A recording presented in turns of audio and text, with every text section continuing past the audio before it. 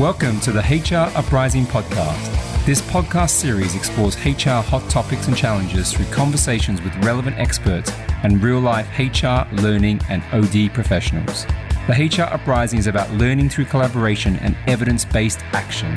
We want colleagues to have the confidence and skills to rise up through their organizations by delivering real, lasting business value. Now, introducing your host, chartered psychologist, experienced change agent, entrepreneur, speaker, and coach, Lucinda Carney. Hello and welcome to this week's HR Uprising podcast. And this is a really special podcast. It's actually our 25th episode. Can you believe it? So I'd like to thank everybody who's listened over the past few months. I've been absolutely blown away by your support and feedback. Please do keep it coming and keep on spreading the word. Every week I hear from different HR uprisers from different parts of the world about what they're up to. And it's just fantastic that when I hear that a topic we've covered has been interesting or it's resonated with them. So this week is a particularly exciting episode. It's actually our Silver Jubilee episode, number 25, no less. And to celebrate this, I'm completely delighted, I'm probably embarrassing this guest now, to welcome a very special guest. This person is one of HR's greatest influencers. He is a senior HR professional and he's been involved in corporate roles for approximately 30 years without making him sound too old. We wouldn't know that. He's a highly influential member of SHRM, which is the American version of the CIPD for my UK listeners. He's a best-selling author of the book HR on Purpose, which I thoroughly recommend. It's also a really great listen on Audible. He is, without a shadow of a doubt, a member of the HR Twitterati with more than 43,000 followers, yet totally approachable, warm and supportive, as you can tell, because he has agreed to come on the HR Uprising with little old me. So, have you guessed who it is yet? To steal one of his expressions, I am totally geeked to welcome Steve Browne onto the HR Uprising. Welcome, Steve. Hi, Lucinda. How are things in the UK? They're a bit damp and a bit miserable, and I'm wearing my warmest clothes because it's a bit, well, it's Friday afternoon here for us, so you've got a bit more of the day to go, haven't you? I do. It's a bit about midday here. Yes. Okay. So a bit more time. You've got to wait till the weekend. Weekend starts for me shortly. So in terms of, we chatted before, haven't we? And I thought it would be really good. You know, when I said about the HR Uprising, one of our goals is just to help people be seen as strategic, having purpose, adding business value.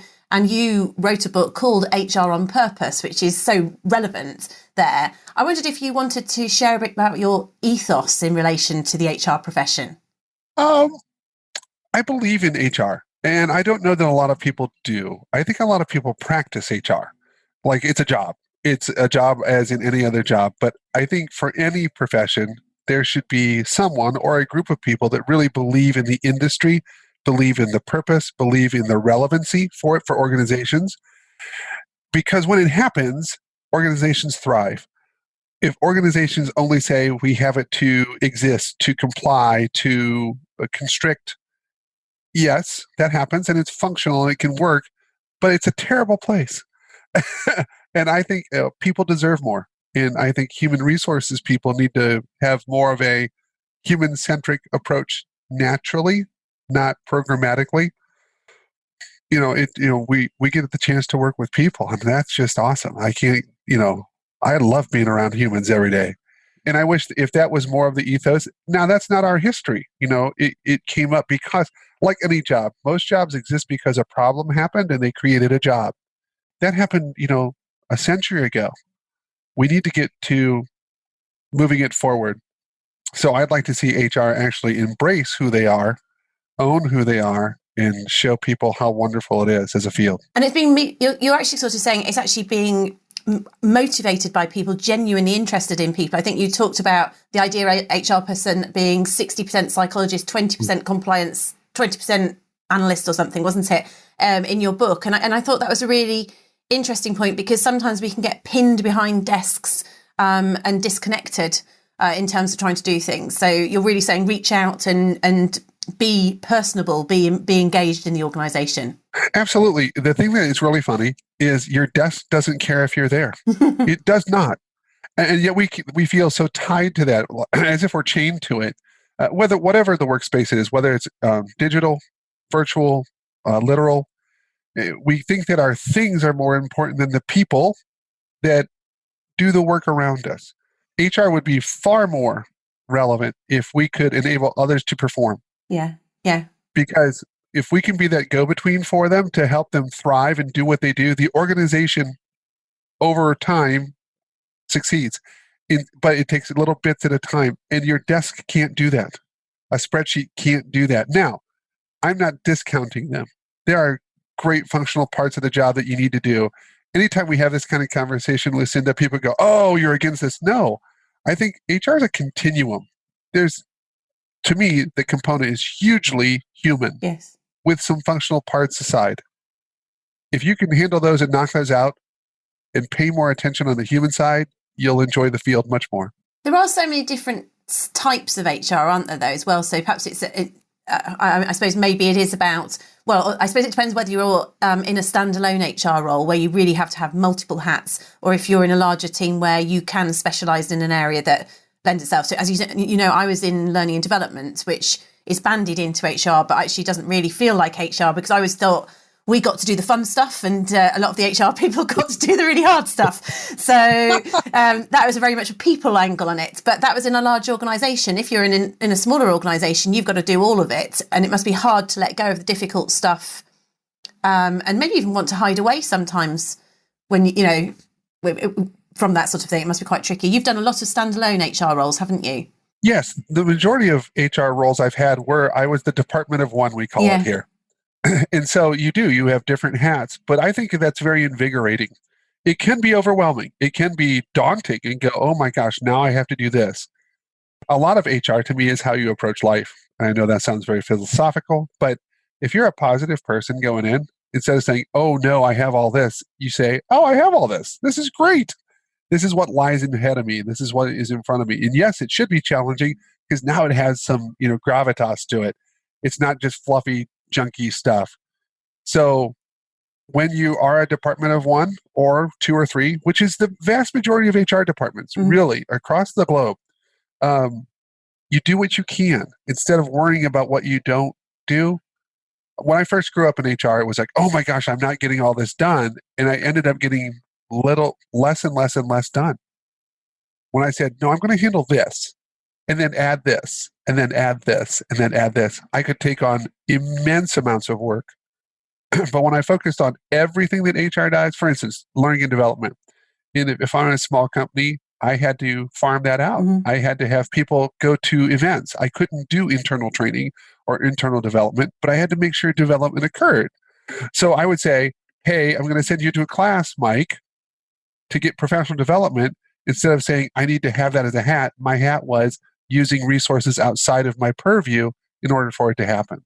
I mean, that's, I think in many ways shows a lot about your general philosophy that I perceive from the outside, though, as well, because there's a strategic element, as in taking a step back and seeing what needs to be done, but you do it through collaboration. It seems that everything you do is very much about connecting people and reaching out. And again, if you're an HR department of one, you do have to reach out and make those networks, which I think we'll go into that.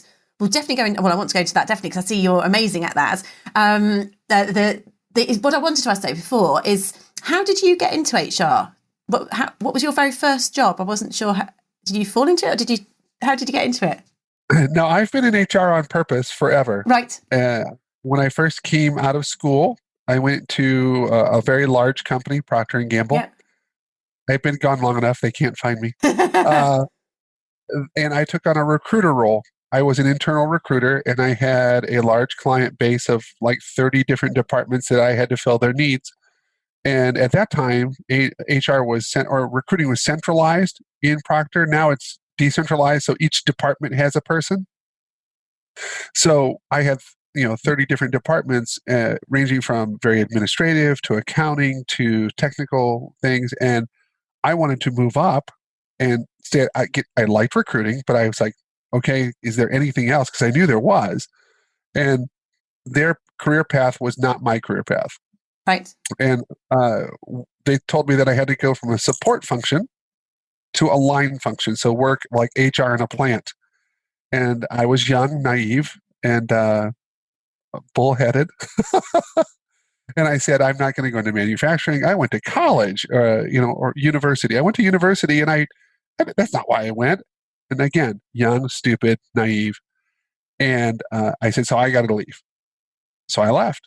And then for the next 12 years, I was in manufacturing jobs.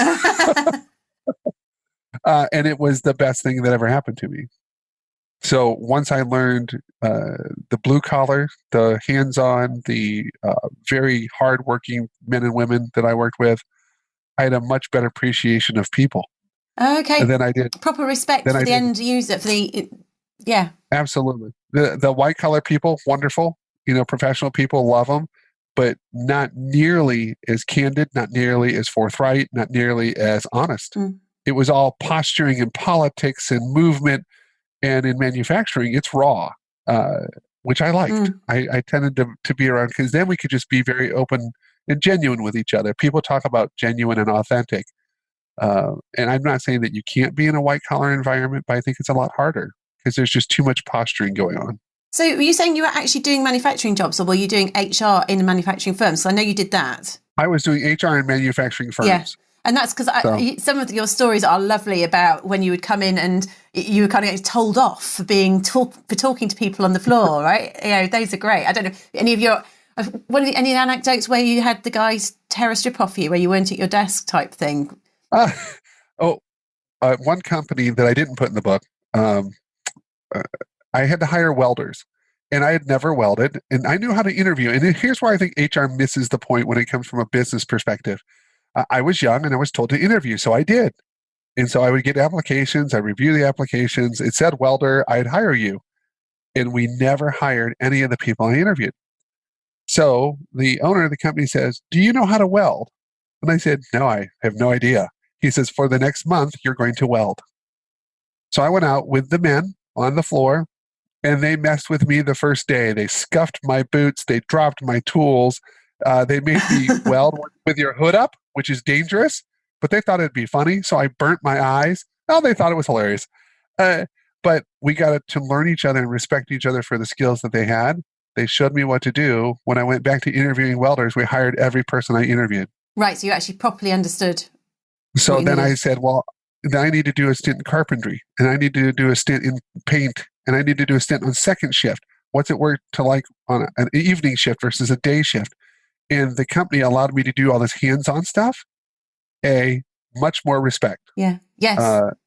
And I think that's missing. We don't value the person who opens the door or who greets you as a receptionist. And honestly, without them, companies don't work or don't work as well as they could. And after that, we were, fast friends. And I was welcomed in all the places, and they knew that I valued what they did, so we could hire and retain and develop and all the good HR stuff that comes after it. But I think you have to respect the work that other people do first in order to be better at what you do. Definitely. And I wonder, was there anything that you were very courageous in some of the other stories you talk about where it sounds like you were allowed to do that in that particular role, or even encouraged to do that.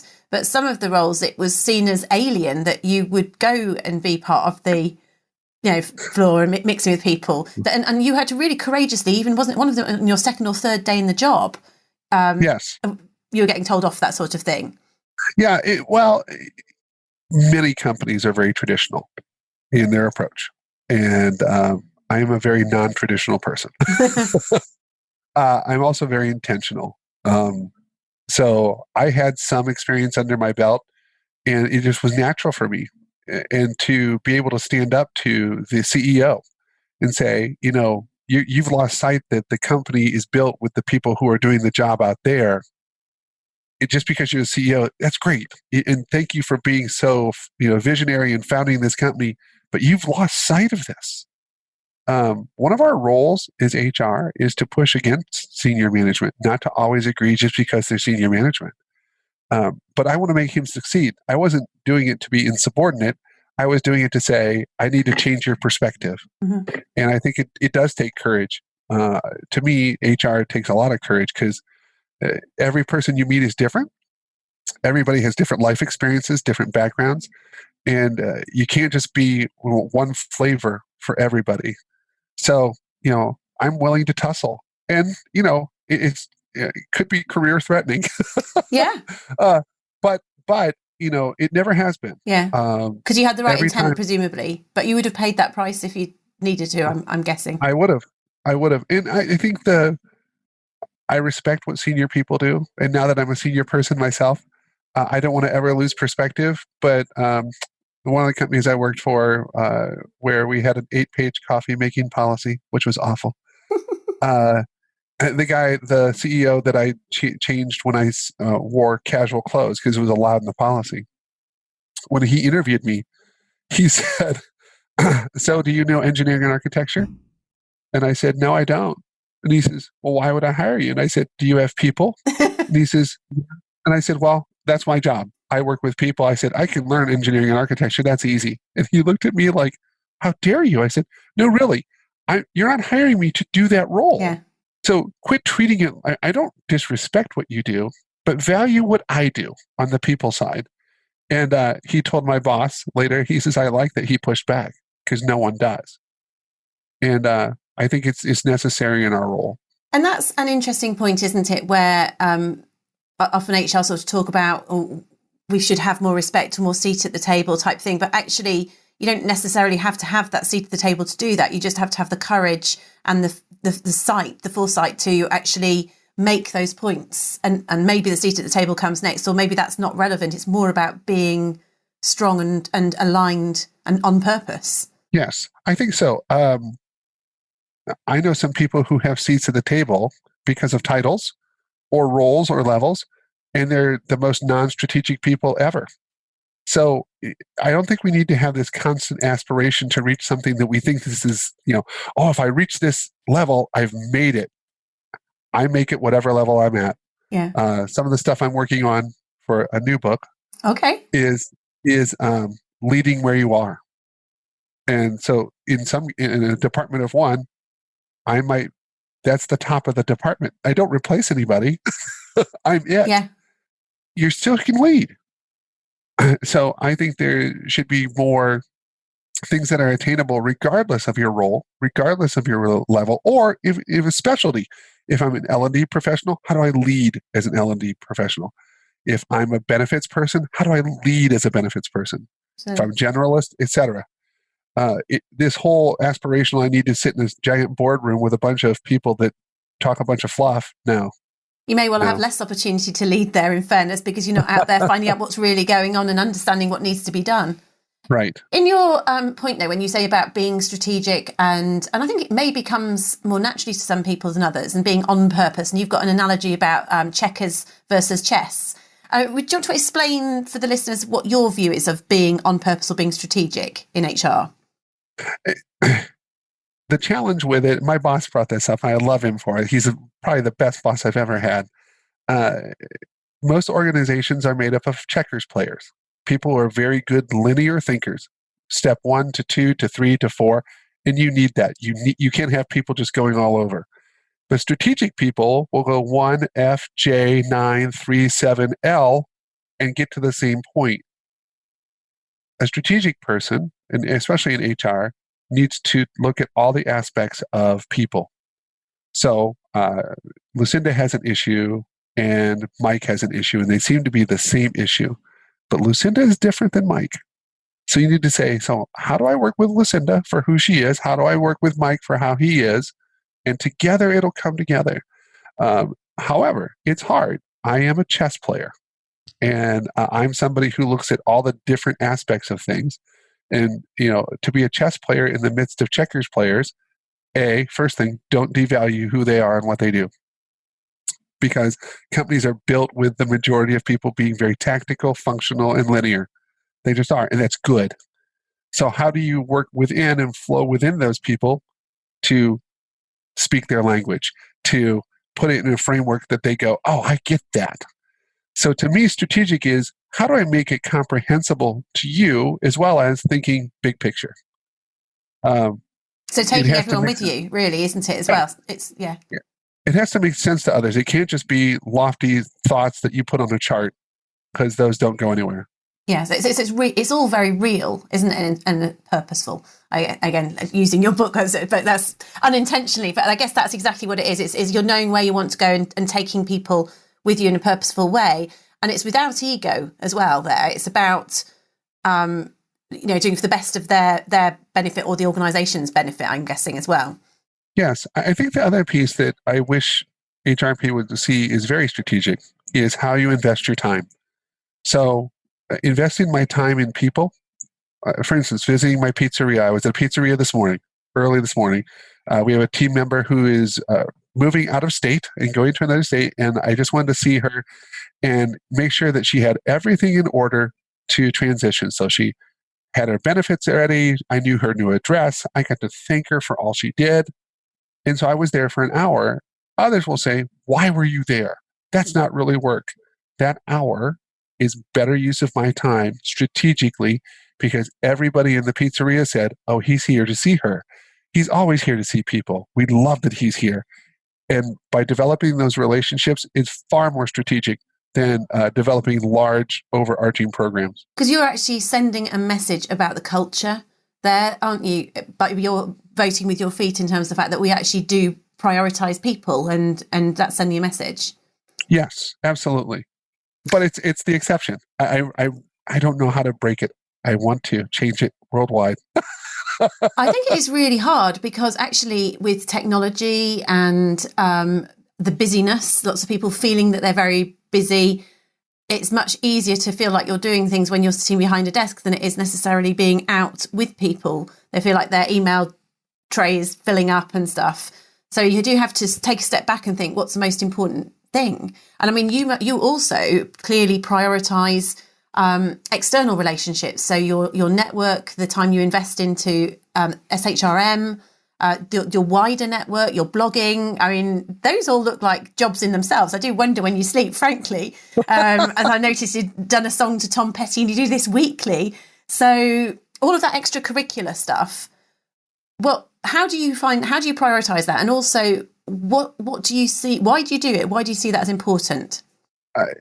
Two things. One of the things I've noticed over time is people have different capacities. And people who have large capacities, they just can't get enough. They just keep filling more and more. If they say it in a positive tone, like, I wish I could do more. Yes. Not that you can tell that's a capacity of a high capacity person. If they have their plate, if they always say, oh, my plate's so full, and it's just awful, they're over capacity. Yeah. And but they may be doing less than the other person. It's that whole give a busy person more to do type thing, isn't it? Correct. And I've always believed, and I was raised this way with my mom and dad are high capacity people.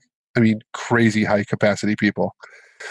So they modeled it for my brother and I. And so we knew nothing other than that. And so it was how I used my time, not that I didn't have enough time. I don't think I do enough. The people like talking to you today makes sense to me. It's natural. It fills my bucket. It helps fill a personal need. And it also makes sure that I can get a message to someone who can take it to someone else. I don't do it for me. I'm really grateful for your time on it because I know you've been really hectic over the last few weeks as well. So it's very good of you. But there are times where you have to go, okay, I'm going to shut this portion off in order to focus on this. I don't believe in time management. I believe in more of a continuum thought. Hey, what's happening today? Because our reality is built on interruptions. It's not built on a set schedule. Everybody wants to do these to-do lists and the 7 things, and then 5 minutes in, the first 3 can't get done because your life changed for some very valid reason. So I'd rather say, here's the framework I know I need to get to, and in the middle of it, I'm going to do these other things and just flow with it a little more, but I'm comfortable with it, and a lot of people aren't. It probably fits with being a bit of a checkers thinker as well, because if you are a linear thinker, it's quite hard to squeeze things in here and around, whereas you probably get synergies in working this way. Yes. I mean, I have a to-do list, and it's all red because it's all overdue. And then when I knock it out, I'm like, hey, I got one knocked out. Everybody else like, I knocked out 10 things. My wife is a very much a checkers player, and thank goodness she is. But but she'll make lists and lists and lists, and it gives her great pleasure to knock things off. I write things on the bottom of my list to say I've done it. I did that right. Add it to the list. And my thing is, what list? I just don't, to me, it feels confining. But in the past, I would make fun of it. Now I understand that gives her the same pleasure as my not having a list is as fulfilling. So, and also that a lot of this is very people. I think you're very people-centric. I imagine you're quite values-driven. I imagine in Myers-Briggs you must be an F, whatever the rest of your thing is. You're a strong F in terms of that side of things. And maybe that kind of gives an extra purpose. You can be driven by that to an extent. Absolutely. In terms of getting there. One of the other things which I think we've touched on before when we've met, which really interests me, is the level of connection and sincerity you're able to bring to social media. And actually, and I see the real, it really is a good community, particularly in the HR and L&D space, and across the pond, which is great. And I think that's quite unusual. You're one of the few people I would see that really is connecting and interacting with people. And obviously you came over for that tweet up earlier in the year and met people that you'd been talking to for years and had got real strong friendships with, which was just fantastic to see. I mean, what's your take on that? How do you do that? And I've got a follow-up question about, I'll let you speak about that first. Sorry. I think, to me, social media technology is just a different way to converse. People have always valued conversation and taking time to learn about each other. And I'm not someone who comes to meet you to fix you. I'm not someone that comes and says, well, this is how I feel, and if you don't feel that way, I won't talk to you.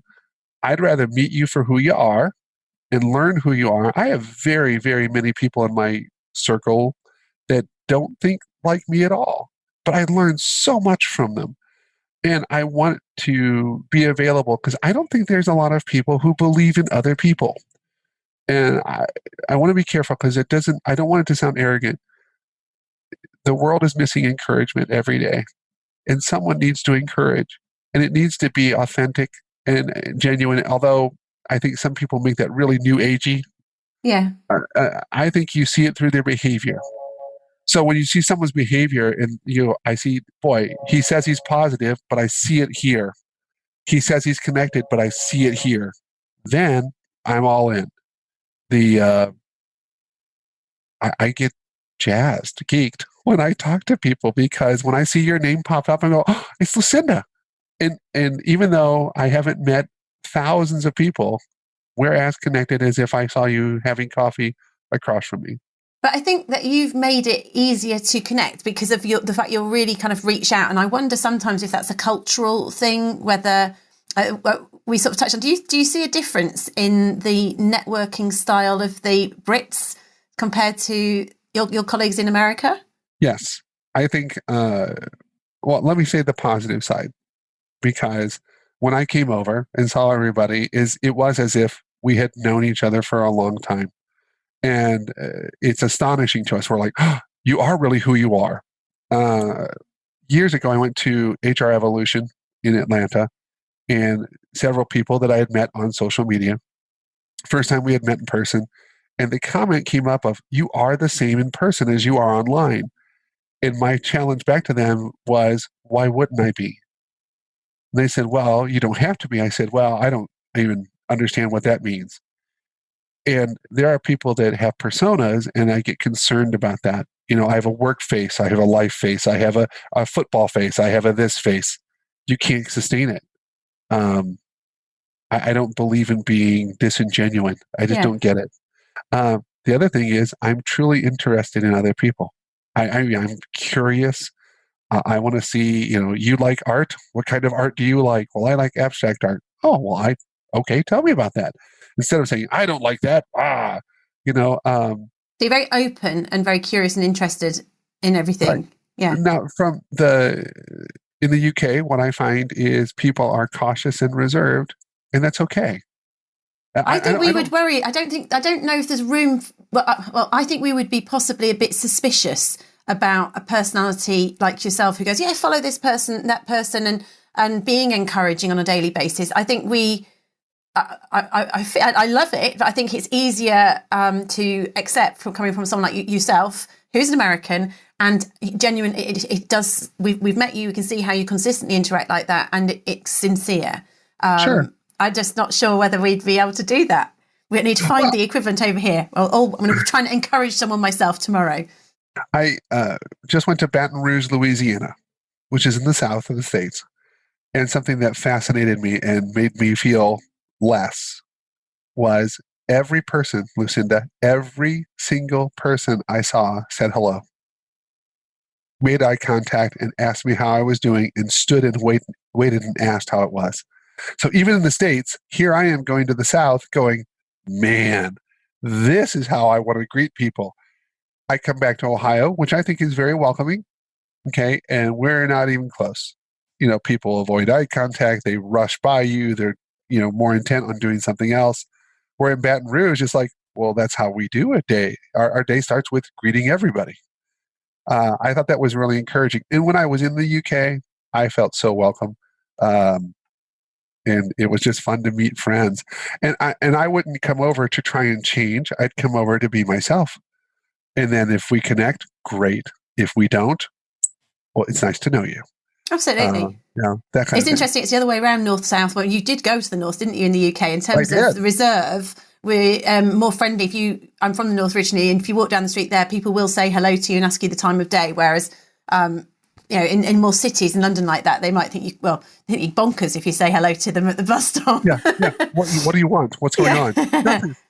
Greeting you today. But the social media thing, actually, maybe there's just a bit of a culture. I'd say on Twitter, I've seen. I've only been more recently involved in it, and I think there's quite a nice positive in the HR community, and I guess maybe to people out there who are listening who aren't involved in it, I'd say get engaged in it, because there's a very nice goodwill that I see out there, and a positivity and a sharing, which you wouldn't necessarily expect from something that could be so anonymous. Right, and I think you can be anonymous, and I also think you can be vile and awful. Yes. And it's what you choose to focus on. There's nothing wrong with being critical. There's nothing wrong with being challenging. But just to be awful and to drag people down, I don't see the value in that. And when I've come across friends who do that, I reach out. I'll call them. I'll email them. I'll find some way to go, what's happening? Yeah. What's going on? Because you don't know. We keep forgetting that we have lives. We think that the 280 characters now, I think it is on Twitter, I know everything about Steve. You know very little about me. Yeah. We make that big jump. I would rather take the time to invest in you. The more I know about you, the more we can have a better, more meaningful relationship. But if it's 280 characters, then let's make that positive. Yes, absolutely. Absolutely. And it's out there for everybody to see as well, isn't it? True. In terms of your collaboration, so you've built networks and collaboration, and I suppose, so I won't take too much more of your time up, Steve, but in terms of advice to people who want to build a strong network outside of the people that they work with and to broaden that, what do you think's been most useful, or what are your top tips for people in terms of building those relationships? I think there's a couple things. The first thing is follow through. If I'm going to say I do something, do it. Yeah. So if I say I'm going to have a podcast with you, we set time aside to do that. You don't just keep making, more and more promises that you can't fulfill. When you follow through, you exhibit accountability instead of saying be accountable. I hate these, big threats. Do this. And it's like, I'm accountable because of my behavior. The second thing is connect with people with purpose. If there are people that are fringe people and just takers, don't tell them, hey, this isn't working out. We can't be connected. Be connected with those that you really want to, you'd be willing to sit down and have a cup of tea with. Yeah. Or a beer or whatever it is. Just sit down and say, I would, if I had a choice, I would spend time with that person. That's who I connect with. Now, I'm different. If I don't connect with you, I feel I'm losing out. So I'm not a good example. Malcolm Gladwell, in his book, The Tipping Point, writes about connectors. And there's a very, very small percentage of people. And I'm one of those people. I have to. I can't help myself. But it's almost a need that you're satisfying. Yes, I wouldn't model how I connect for others. I spoke once on networking at an event, and a person came up to me afterwards. He says, I'm very uncomfortable with a large group of people. And I said, great. I said, what's comfortable for you then? And he says, if I had 7 close people, I would be good. And I said, that's wonderful. Then do that. Right now you have none. Get 7. I said, but here's what you need to understand. Each of those 7 have 7 or 10 or 15. So in connecting with 7, you're connecting with, honestly, hundreds to thousands of people. You just don't see it. Again, it's a capacity issue. Mm-hmm. If you are good with 7, then kill that 7. Just be all over it. If you're comfortable with thousands, then own that and be in that community. Don't just gather to gather. Even though I have crazy, stupid numbers all over this social media thing, I bet you I could tell you several thousand of them by name and what they do and who they are and where they are. But that's an exception. Yeah. Like you said, you don't have to do that, but start with something small. I think you said again in your book, you say, connect with 2 or 3 people a week on LinkedIn or reach out. Because I do see something like LinkedIn as being actually there's quite a small, a bit your 80-20 rule. There's still quite a small population of people who are connecting. And the interesting thing is for me, I didn't really use LinkedIn when I was an internal practitioner. And I think I missed out on it. You end up being in a bit of a vacuum in a large organisation. You're not necessarily bringing fresh ideas in enough. So that's why I think using the communities, it wasn't so active back in 2009. There was less. It wasn't that long ago, but it wasn't. Twitter and stuff was only just starting out. But we're missing an opportunity possibly by not using the tools at our fingertips to get to know each other more. Agreed. Across all aspects. Absolutely. Yeah. Brilliant. So any fine. I suppose one other thing I'd say then is before we wrap up is if you were giving advice to your younger self, and I don't normally ask this question, but I know that you've had loads of experience, and also you were saying when you started out in HR, it was still personnel, so the role has changed. So someone coming into it right now, what would you say? What would your advice be? The first advice would be have courage in what you do, in your convictions, in your values, in your approach, and be very intentional with people going in. Get to know who they are and what they do and how they add value to the company. For years, I processed work just like everybody else. And then I realized how frustrated I was because something just seemed to be missing. And once I broke over that barrier and started learning the wonderful people that did the work in my organizations, it completely changed how I approached it. And it was more natural for me. I was like, I'm with the people again. This is so good.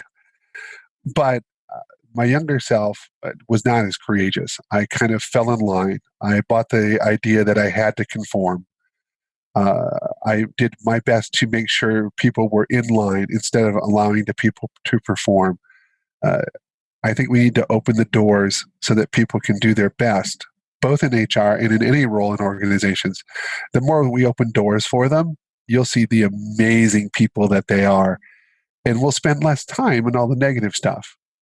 It just makes for a better work environment. It makes for a better daily activity. It's better. Yeah, I was just thinking, so when you finish a day at work, when you've had a good day or a bad day, it's really down to the people and the interactions that you've had. It's not down to whether you got your to-do list done generally, is it? It's actually those relationships that were there or otherwise. Right. And that's what it's all about. So it's all about relationships. Yes. So, Steve, I need to let you get on with the rest of your Friday because you've still got a number of hours to go. And I think the phone's ringing in the background, probably meetings to attend, I'm sure. Thank you so much for spending the time with me today on Friday and really massively appreciate you contributing to the HR Uprising. I know that we'll put all of your connection and your links there. You're very easy to get hold of. And obviously, you say, meet with you, link in with you on Twitter, follow you on Twitter, follow back, all that sort of thing. Get involved and let's grow the community further. Sounds great. Listen, it was great to talk to you and to see you again. Thank you so much. All right, cheers. Have a great Friday. Bye-bye. Bye. So I'm really delighted to have had the opportunity to talk to Steve Browne. He's such a lovely chap. on the HR Uprising this week. And I wanted to say thanks to everyone who has supported us over the last 25 weeks, which feels like a massive milestone. Please do feel free to get in touch, because in December we're going to be running a series of 12 interviews in line with the 12 steps of Christmas, if you like, or the 12 days of Christmas, where we want to be talking to regular HR professionals about what it is that they do, and we can learn from each other. So we're going to do a little series there, and we'll be looking for participants. If you'd like to join the HR Uprising LinkedIn group, do please connect there. Link in with me on LinkedIn, on Twitter. Just join in. It would be lovely to be connected. Let's follow Steve's lead and do more of the same. And also, if you've been enjoying these podcasts, I really appreciate it if you can give us a rating on on Apple, and that would be very, very much appreciated as well. So thanks again for listening. Thank you for listening to the HR Uprising podcast. You can access more information, including resources or links mentioned in the show, at our website, www.hruprising.com. Also, you might want to join our LinkedIn community or tweet to us at HR Uprising. We'd love to hear from you.